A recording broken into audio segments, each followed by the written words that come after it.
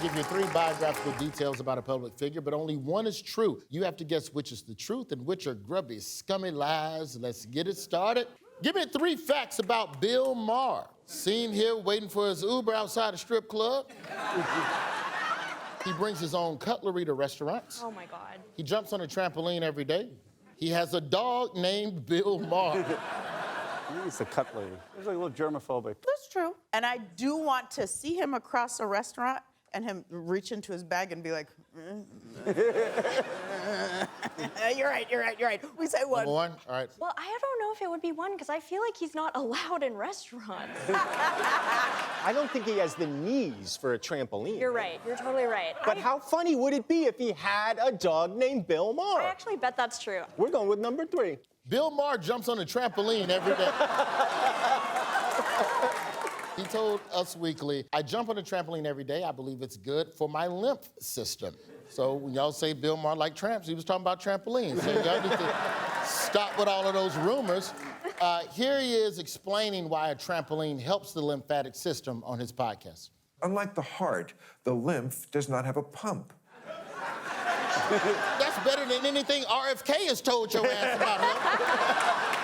Bill Maher got a big booking this week when he got a chance to meet with President Trump. Do you all know which mutual friend of the president that Bill Maher parlayed this meeting with? Kid Rock. Is it true? I was just guessing. Gross. According to Trump on Truth Social, quote, I got a call from a very good guy and friend of mine, Kid Rock, asking me whether or not it would be possible for me to meet in the White House with Bill Maher. It might be fun, or it might not. It might be fun or it might not. Pretty much applies to anything that you do in life. What do you all think Donald, Bill, and Kid Rock talked about? Pussy. Michael!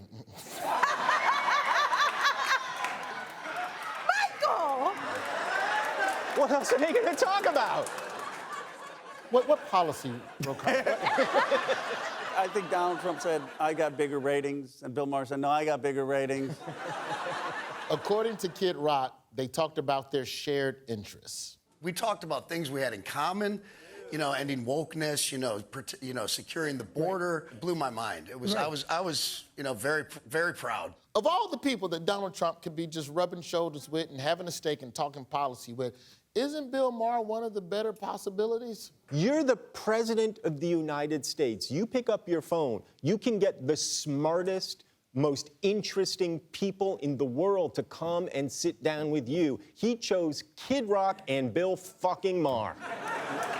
Roy, are you looking for an invitation to get on the Bill Maher show? No, Is that what this is about? Time for 3 facts about former Trump strategist Steve Bannon. No, Steve Bannon. you don't have to show the picture. Steve Bannon looked like when they pulled Paul Giamatti's dead body out the river. That's so mean to Paul Giamatti. Our facts about Steve Bannon are, he wrote a hip-hop musical about the LA riots. He once called Velcro a tool of the globalists. He only wears Skechers hands-free slip-ins. It's going to be 1, because he was a Hollywood guy. If it's number 1, I will be very upset with you, you at home, and everyone in here. I can't. Give me a pick then. What do you think? I think it's 1, because he's... No, it's 2. There can be only one answer at this point. No, this isn't Highlander. There This is better be videotape and/or audio. Number 1 wrote a hip-hop musical about the LA riots. Steve Bannon once wrote a hip-hop musical.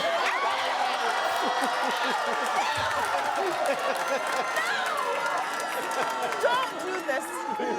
Roy, don't point. Just go to the next This is the thing. video finger. You know this is the video finger. When he was making a living in Hollywood, Steve Bannon co-wrote a rap musical based on Shakespeare's Coriolanus set during the 1992 LA riots. No. The legend of Bannon's lost masterpiece went viral back in 2017, so media company Now This put together a table read with actors and comedians. Take a look. His bloody brow. No. God, no. bitch, please. It becomes a man. Cut me to pieces, Crips. The Crips descend on Corey Elena, shouting, Tear him to pieces! He whacked my cuz.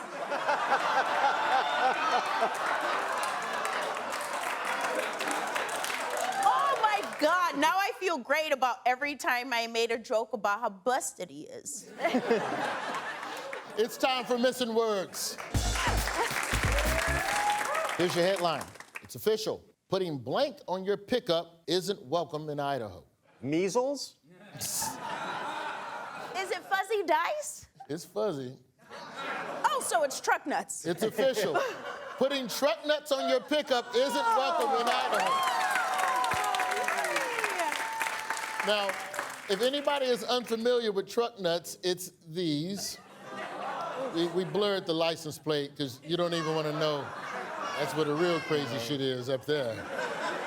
The governor of Idaho signed a new bill into law last week that bans the exposure of breasts as well as any toys or products intended to resemble male or female genitals.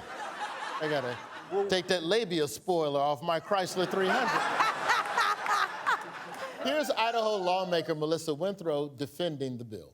They call them truck nuts. They're gross, they're offensive, and kids on the road see them.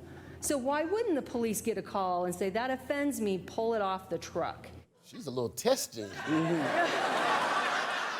Here's your headline. Man faces 10 years in prison for trying to collect blank. Pokemon. Gotta catch them all. By any means necessary. His visa, his green card. I know that's what they put you in jail for these days. Ooh, tell the truth. This is the fun part? We do the sadness at the beginning, and then we have fun. A man faces 10 years in prison for trying to collect all the elements in the periodic table. Wait, I love this man. That's so sweet. This is just a nerd. What's your favorite element? Is it gallium? Or is it ununceptium? Oh my God, you guys, stop hitting on me.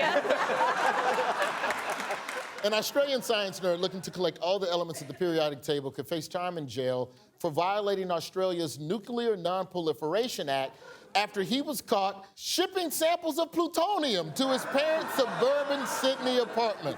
It's messed up, because you know he in an apartment that's just sitting in the lobby, radiating everybody else. Follow-up question, what famous nerd has already collected all of the elements of the periodic table that you're legally allowed to physically collect? Bill Nye the Science Guy. Elon Musk? Two solid guesses. Ooh. Kid Rock. You know, unfortunately, I don't know any nerds because I'm really cool. It's Microsoft founder Bill Gates, who has a real-life periodic table with samples of most elements mounted in his Seattle office. I hope that the paperclip on Microsoft Word told Bill Gates he's a loser. Here's your headline. New Jersey police chief accused of blank. Refusing bribe. Regular police shit? Oh. New Jersey police chief accused of pooping by desk, spiking coffee with Viagra. Wow. Yes. Regular police shit. Yes. You were right. Regular police shit. Yes. We need more details in the story, so seriously. We don't need more details on this. We do. Let's hear what the police chief was up to. The charges against Police Chief Robert Farley are stunning and bizarre. They include allegations that he spiked officers' coffee with Viagra and that he poked one officer with a hypodermic needle to the genitals. No. But the chief wasn't done there. Among other things, they accuse him of defecating on the floor in front of his entire staff. They describe fits of rage during which Farley would damage things in the office, and they claim he would order officers to complete his daughter's homework. And he's still on the job, so if you're New Jersey and someone pokes you in the testicles with a needle, it's probably a cop. It's time for the offendometer. Here's how the offendometer works.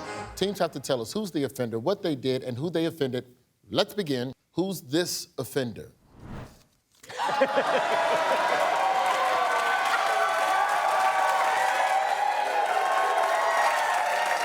Yes, that's our very own Amber Ruffin. And who could this lovely, well-dressed villain have offended? I think Amber's in trouble for being too dang cute.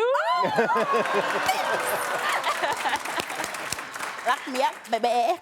Amber offended the White House as well as members of the White House Correspondents Association.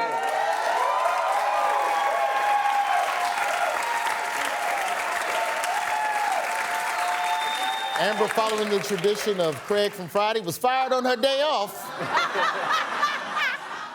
as she was uninvited from the White House Correspondents' Dinner when she said that she intended to make fun of the current administration. Amber, do you think you lost the gig because you said too early what you were going to do about going in on Republicans? I mean, oh my God, I could fucking talk for the next 3 hours. But what I choose to say is this, like, I lost the gig because I was out here talking shit. And I think it's a good thing that I lost the gig because I was gonna show up there and act all the way out. Also, it's not anyone's fault because when I was hired, we were like, oh yeah, and we'll give it to everybody. And I was like, bet. Then they started fucking disappearing people to a prison in El Salvador. They rolled back fucking civil rights. So I was like, if I make this equal, then I'm also a piece of shit. I can't fucking do that.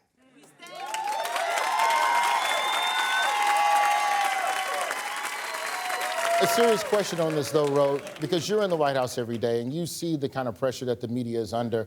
If the Correspondents Association went ahead and let Amber, after saying publicly that she was going to go in on Trump, do you think that they would have faced some sort of backlash from the administration post-Correspondents' Dinner? What they did in terms of disinviting her was totally offensive.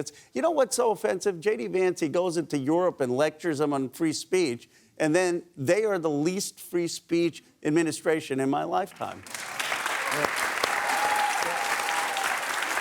I would say, as your friend and coworker, I very much was looking forward to you bringing your warmth and your tremendous sense of humor to the event. I think you would have been acerbic in the best possible way. I'm very upset that they were as cowardly about this as they were. And if I could tell them anything, I would just say, I'm available.